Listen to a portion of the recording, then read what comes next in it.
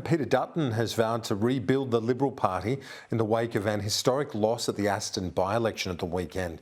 As part of that process, the opposition leader says he'll dedicate more time to developing policies for regional areas, accusing the government of focusing too heavily on just capital cities. Too much of the government's effort is really concentrated on capital cities, and we are the party of regional and rural Australia. Let's bring in former Liberal MP Jason Falinski. Jason, thanks for your time. I saw your opinion piece in the Financial Review in the wake of Aston. One of the things that you mentioned is the battlefield isn't about being more progressive or conservative. Politics is about power and who is empowered.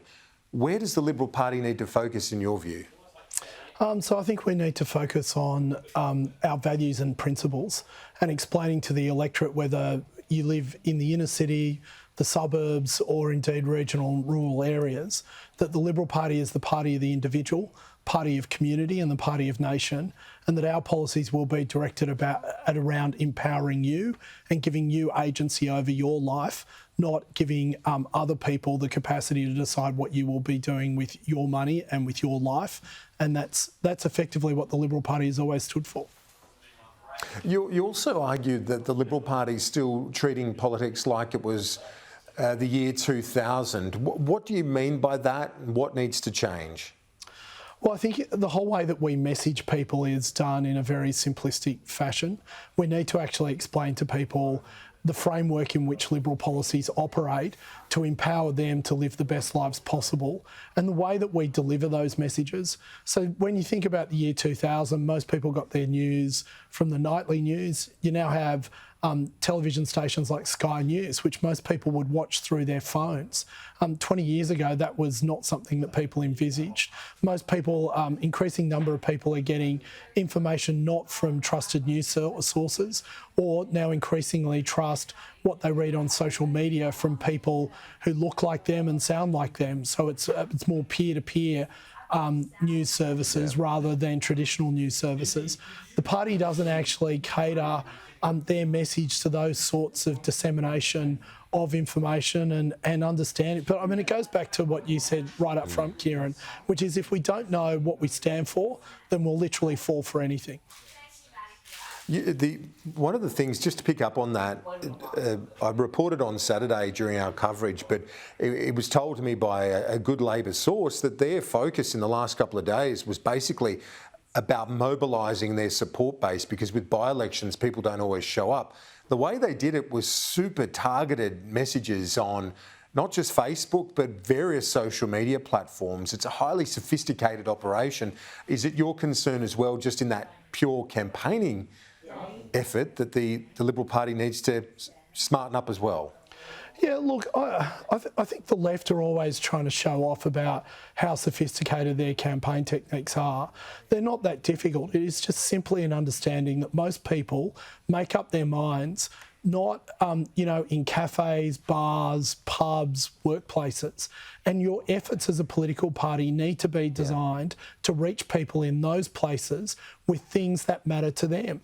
One of the most important things about thinking about in terms of narrative is who your audience is.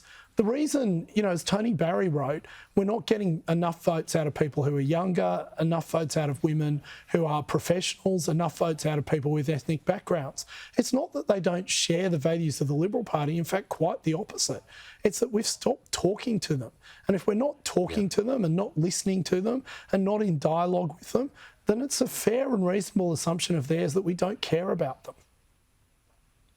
You look at those urban seats and it doesn't tell a good story at all for the Liberal Party as you look around the country. You argued that the Liberals really had the opportunity to ride a demographic wave at last year's election, but missed it. We absolutely did, and we still do, quite frankly. I mean, what the polling and the research shows is not so much that people have concluded the Liberal Party stands for things that they don't agree with. It's just simply they're not unaware, or they're not quite sure what we do stand for, rather. So when we explain to people what we stand for, we tend to find that people of ethnic backgrounds go, yes, I want a party that's going to stand up for my economic opportunities, for empowering me to allow me and and my family to get ahead. When you say that to younger people around home ownership, I mean, you literally have them jumping off couches, saying the fact that I don't think I can afford a home is holding up me making life choices like getting married, starting a family, having kids.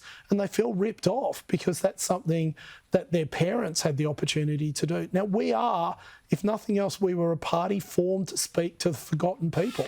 We were the party that were meant to represent those people who wanted a better life in one of the greatest countries in the world. And we need to go back to telling people that's what we will do and showing them how we will do that.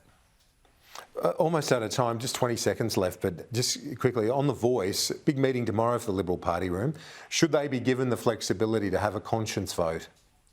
Absolutely. I think they should, and I think that any decision should be based on one firm principle, which is how do we bring all Australians together and promote the project of reconciliation. And that's the only thing that matters. If The Voice does that, then we should vote for it. If it doesn't, then we should propose better ways of doing that. Jason Falinski, appreciate your time as always. Thanks.